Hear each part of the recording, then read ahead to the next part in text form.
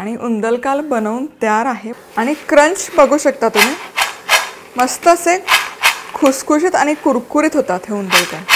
आणि तुम्ही बघू शकाल मस्त असा सोनेरी रंग येतो, म्हणजे अगदी मोती जसे असतात परफेक्ट तसं दिसतं आणि छान खुसखुशीत होतात हे। मस्त असं त्याला एकतर खुसखुशीत तांदळाचे आपण हे छोटे छोटे पल्स केलेत, मोती केलेत आणि त्याला हे जे कोटिंग येतं ना गुळाचं आणि त्यामध्ये जायफळाचा स्वाद जबरदस्त लागतं। नमस्कार, मी मधुराज रेसिपी मराठीमध्ये तुम्हा सर्वांचं खूप खूप खूप मनापासून स्वागत।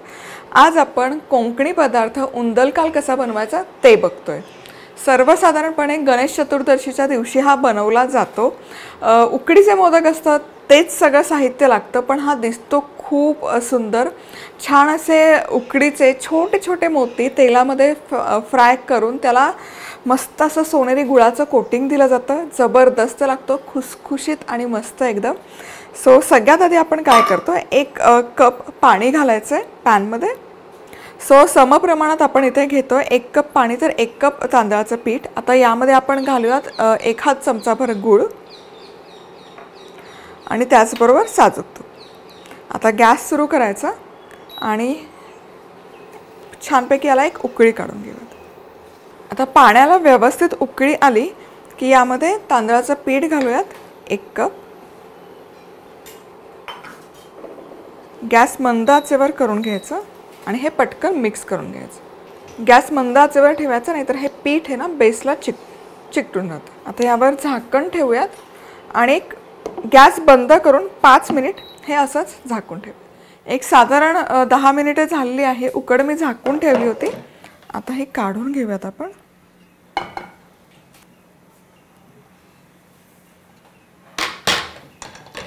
आणि छान अशी मळून घ्यायची ही उकड हलक्या हाताने।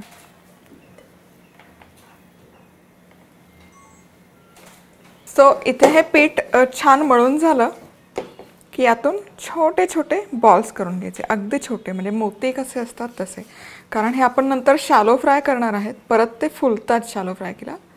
सो हे असे अगदीच मोत्यांसारखे दाणे वळून घ्यायचे।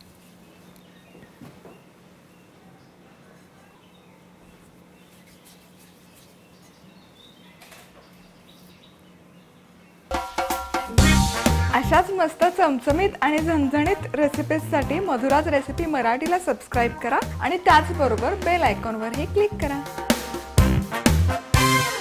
तर इथे हे तांदळाच्या पिठाचे छोटे छोटे गोळे बनवून घेतलेले आहेत। आता तव्यामध्ये तूप गरम केलेलं आहे, यामध्ये आपण हे बॉल्स घालून शॅलो फ्राय करून घ्यायचे। डीप फ्राय करायची गरज नाही आहे। डीप फ्राय केलं की काय होतं ना, ते उडू शकतात, पॉप होतात, फुटतात। सो शॅलो फ्राय करू शकता आणि मस्त असे खरपूस होईपर्यंत सगळ्या बाजूने फ्राय करून घ्यायचं। सो इथे हे छानपैकी खरपूस असं मी तळून घेतलं आहे। मस्त असा एकसारखा सोनेरी रंग आलेला आहे आणि खूप सारं तूप किंवा तेल हे ॲब्झॉर्ब करत नाही। आता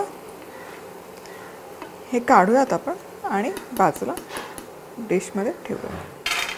आणि तुम्ही बघू शकाल मस्त असा सोनेरी रंग येतो, म्हणजे अगदी मोती जसे असतात परफेक्ट तसं दिसतं आणि छान खुसखुशीत होतात हे जरी शॅलो फ्राय केले। आता याच पद्धतीने उरलेलंही सगळे तळून घेते मी।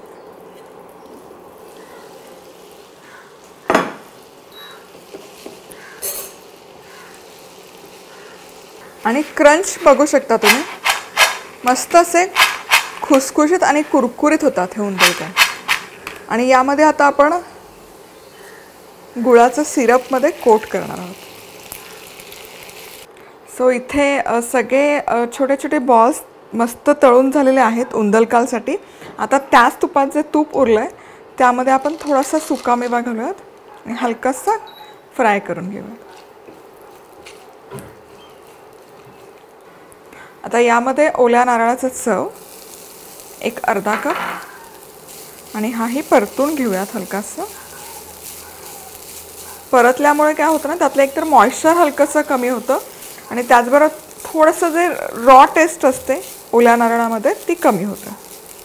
आणि जितका नारळाचा चव आहे त्याच्या अर्ध्या प्रमाणात आपल्याला गूळ घालायचा। आणि हे एखाद मिनिटभर आता मी परतून घेते. सो इथे हे मिक्सचर आहे हे छान झालेलं आहे. मस्त त्या गूळ जो आपण घातला होता छान दिसतं आहे. आता यामध्ये वेलची पूड, अर्थातच गोडाचा पदार्थ आहे, आणि गूळ आहे. तर गूळ आणि जायफळ हे कॉम्बिनेशन खूप छान लागतं. कुठलाही गुळाचा पदार्थ केला गोडाचा की जायफळ वापरायचं. आणि जायफळ शक्यतो पूड करून ठेवायची नाही, असं ताजंच घ्यायचं आणि किसून घ्यायचं. त्याचा जो स्वाद आहे तो खूप छान उतरतो त्या पदार्थामध्ये. मिक्स करूयात आणि यामध्ये आता हे घालूयात. छानपैकी हे कोट करून घ्यायचं यामध्ये.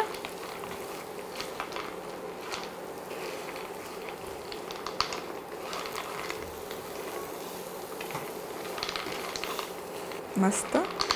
हे जे आपलं नारळ आणि गुळाचं जे मिक्सचर आहे हे छान ॲब्झॉर्ब होतं या राईस बॉल्समध्ये आणि त्याची चव खूप छान लागते. आता आपण हे सर्व करूया.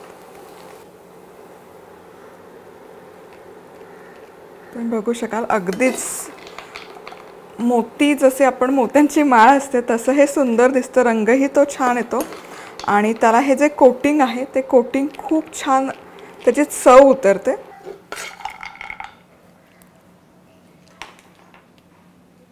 आणि गार्निशसाठी थोडासा सुकामेवा. मस्त. आणि उंदलकाल बनवून तयार आहे. मस्त असं त्याला एकतर खुसखुशीत तांदळाचे आपण हे छोटे छोटे पल्स केलेत, मोती केलेत, आणि त्याला हे जे कोटिंग येतं ना गुळाचं आणि त्यामध्ये जायफळाचा स्वाद जबरदस्त लागतं. तुमच्याकडेही जर असा पदार्थ बनत असेल तर खाली कमेंट बॉक्समध्ये नक्की कळवा की तुमच्या भागात असाच किंवा याच्या सिमिलर काही पदार्थ बनवत असेल त्याला काय म्हणतात आणि त्याची प्रोसेस काय आहे. पुन्हा भेटूयात अशाच एखाद्या मस्त खुसखुशीत पदार्थाबरोबर. तोवर मस्त राहा, खुश राहा, आनंदी राहा आणि सगळ्यात महत्त्वाचं खात राहा.